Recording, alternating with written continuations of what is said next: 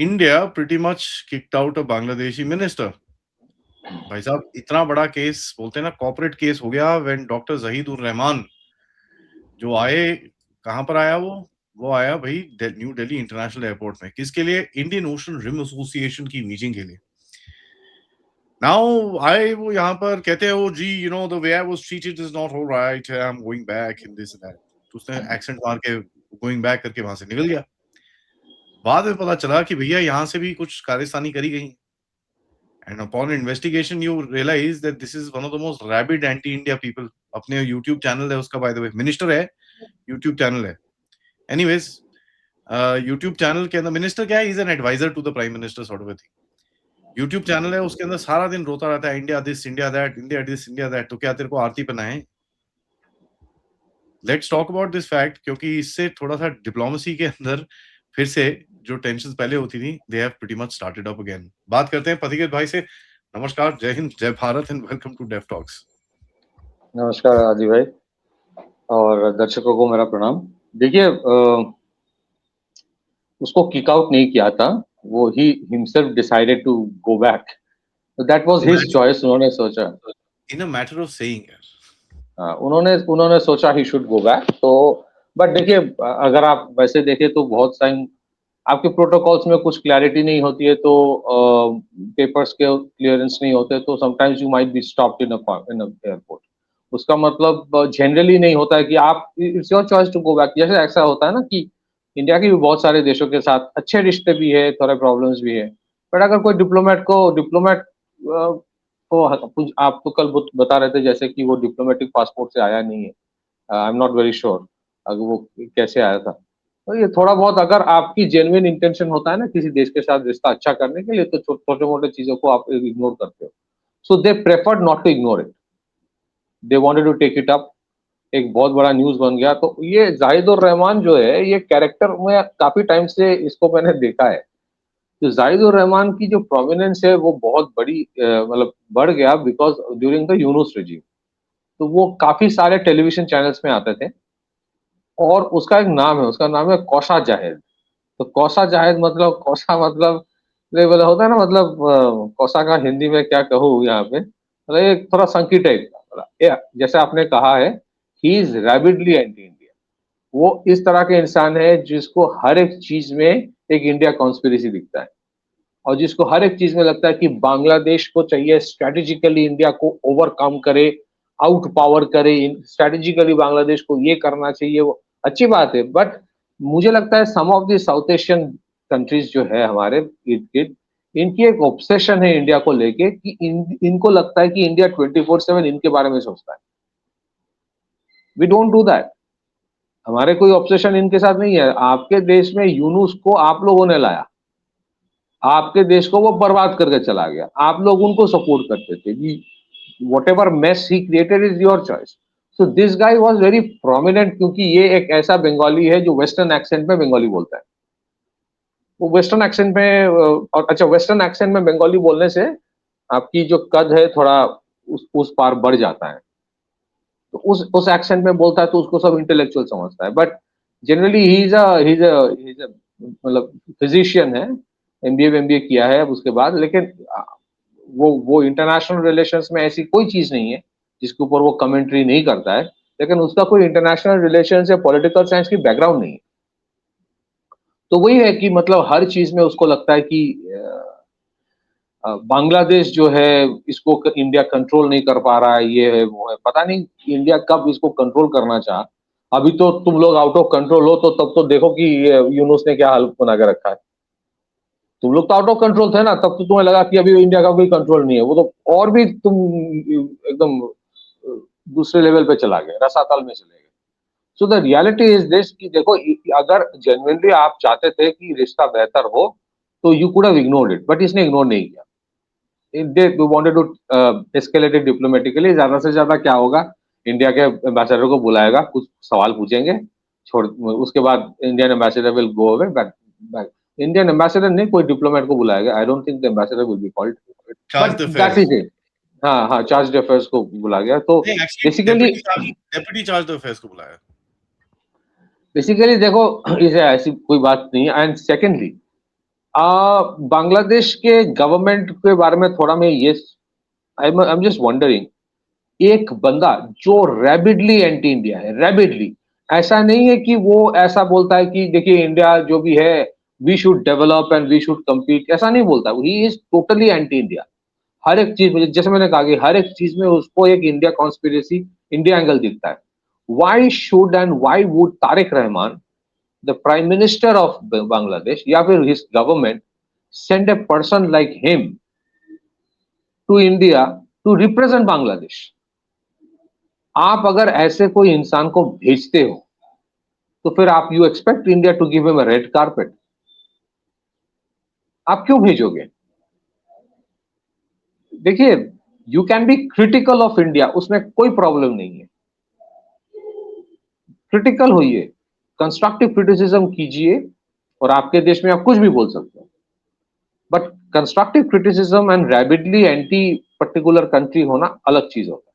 This guys rabidly anti India है, और मैंने उसकी कमेंट्री देखा है काफी बार, जब वो यूनुस सरकार के टाइम खास करके, तो उसके जो कमेंट्री होता था ना, there was absolute lack of, जो जिसको कहते हैं कि सॉलिड कुछ एक्शंस की, these are the things Bangladesh को करना चाहिए। देखिए, मैं आपको एक चीज कहना चाहता हूँ, for the sake of context of the audience, reference के तहत मैं कहना चाहता हूँ, ये बार बार ये लोग बोलते रहते कि इंडिया इसीलिए अभी इस ये जैसा आपने बोला कि इसको निकाला गया इंडिया से, उसके बाद भी उसने एक वीडियो बनाया कि इसी वजह से इंडिया जो है, इंडिया अलग हो गया, मतलब इंडिया के साथ कोई नहीं है, इंडिया कॉर्नर हो गया है, ये हो गया, वो हो गया है। और बांग्लादेश में ऐसे चीज आप बोलोगे ना कि इंडिया एकदम कॉर्नर हो गया है, कोई देश इंडिया के साथ नहीं है, सारे देश नफरत करता है इंडिया से, आपका कद बढ़ जाता है, आपको अरे बहुत बड़ा एनालिसिस कर दिया। प्रॉब्लम क्या है कि भाई, एक तो है कि इंडिया ये सब चीजों में कोई रिस्पॉन्ड नहीं करता और करना भी नहीं चाहिए, इंडिया में ये सब चीज लेकर बात भी नहीं होता। बट कोई देश जिसका प्राइम मिनिस्टर को G7 की मीटिंग में बुलाया जा रहा है, कोई देश जो रिसेंटली G20 का समिट किया, कोई देश जो voice of the global south summit की जो टीमिंग है उसके उसके लीडर है, उसके पायोनियर है, कोई देश which is a very important member of the BRICS, कोई देश जो फ्रेजाइल 5 इकोनॉमी से मेजर 5 इकोनॉमी में आ गया, कोई देश जो पूरे 150 कंट्रीज को वैक्सीन दिया, वो देश कॉर्नर हो गया। बट ये रियलिटी है कि आप अगर एक regional emerging power house economy अगर आप होंगे and you keep on rising, और आप अपनी स्ट्रेटेजिक इकोनॉमी को बरकरार रखेंगे, तो some countries will be against you, then you have to deal with it. हमारे साथ, जैसे मैं बार बार कहता हूँ, हमारे साथ अमेरिका की बहुत सारे प्रॉब्लम्स है, लेकिन इस तरह की चीज नहीं होता है। So I think some of this countries in south Asia need to mature. India को ये लोग गाली देने से इनको फुर्सत होता नहीं है, लेकिन फेंसिंग क्रॉस करके इंडिया ही आएगा, ये रियलिटी है, मत आओ ना भाई। अच्छा, यहां देखिए, बांग्लादेश में सबसे जो फेवरेट कॉन्वर्सेशन का टॉपिक क्या है पता है? इंडिया में बांग्लादेश का सबसे फेवरेट कन्वर्सेशन का टॉपिक जो ये जाहिदुर रहमान भी शायद मुझे लगता है काफी बार बोला होगा कि 80% इंडिया के लोग बहुत पॉवर्टी लाइन के नीचे हैं, सब गरीब है, मतलब इतनी गरीबी दुनिया भर में नहीं है जितनी इंडिया में है। ये कोई स्टेटमेंट वहां पे दे दे तो वो उसका लेवल बढ़ जाता है। अब इनको कौन समझाए कि पर कैपिटा इनकम का जो पैरामीटर्स है, उसको कैसे पर फैमिली अगर आप देखेंगे उनके एवरेज इनकम कितना होता है, who would explain it to them? Who would explain purchasing power parity में India is the third largest economy in the world? India की जो परचेसिंग पावर पैरिटी जेन्युइन जो एक पैरामीटर होता है, उसमें India GDP is almost $18.5 trillion in the world, third largest. कौन इनको समझाए कि इंडिया अपना सैटेलाइट लॉन्च करता है, अपना न्यूक्लियर सबमरीन है, अपने न्यूक्लियर ट्रायड है, कौन इनको समझाए? इतना गाली गलौज इंडिया को करता है। इसके बाद इनकी मेल्टडाउन होती है जब कोई बांग्लादेशी हुई सेटल्ड इन ऑस्ट्रेलिया, हो सकता है आज वो ऑस्ट्रेलियन सिटीजन है, रॉबिन खुदा जब इंडिया में $30 बिलियन इन्वेस्ट करने की बात करता है, तो फिर इनकी तो पागल हो जाती यार। India was on the verge of bankruptcy in 1991। हम बैंक्रप्सी के कगार पे थे। वहां से 1971 छोड़ दो, मैं तो उसकी बात ही नहीं करता हूं कि बांग्लादेश में बहुत लोग इस चीज को भूल ही गया है कि इंडिया के हजारों के तादाद में सोल्जर्स ने जवानों ने आपके देश की बनाने के लिए अपनी जिंदगी दे दी, वो तो छोड़ ही दो, don't expect them to remember it. But 19 अगर आप जेन्युइनली ये जो अपने आप को बहुत बड़ा इंटरनेशनल अफेयर्स के एनालिस्ट समझता है, तो आपको तो फिर समझना चाहिए 1991 में जो देश was on the verge of bankruptcy, उस देश ने अगले 30 साल में क्या किया कि that country in spite of lot of challenges, बहुत सारे चैलेंज इंडिया में आज भी है, कोई इंडिया डिनाई नहीं करता, what happened to that particular country, जो 30 साल में उस देश ने from the cusp of bankruptcy it became one of the top 5 economies of the world. कुछ तो किया होगा ना। जिस देश में इतना बड़ा एक फॉरेन एक्सचेंज रिजर्व का क्राइसिस था 1991 में, उस देश के पास आज कैसे $700 बिलियन का फॉरेन एक्सचेंज रिजर्व है? कुछ तो सही किया होगा ना। How is it that country जिसमें इतनी बड़ी बैंक्रप्सी वाली प्रॉब्लम थी, इंडस्ट्री नहीं था, वो देश has become the global hub for software services, that country has become the global hub of data centres, that country is emerging as a major regional continental hub for AI development and semiconductors। कुछ तो सही किया होगा ना। तो the difference between Bangladesh and India, and जब India के साथ चाइना की राइवलरी होती है, चाइना जो सही सही चीज करता है ना, we always acknowledge that. Acknowledge ऐसा नहीं कि नहीं तारीफ करना है इसलिए, what we do is that कि चाइना ने ये चीज सही किया, we must do that. That is what. Bangladesh ने कभी सीखा नहीं है कि उनको क्या क्या चीज करना चाहिए।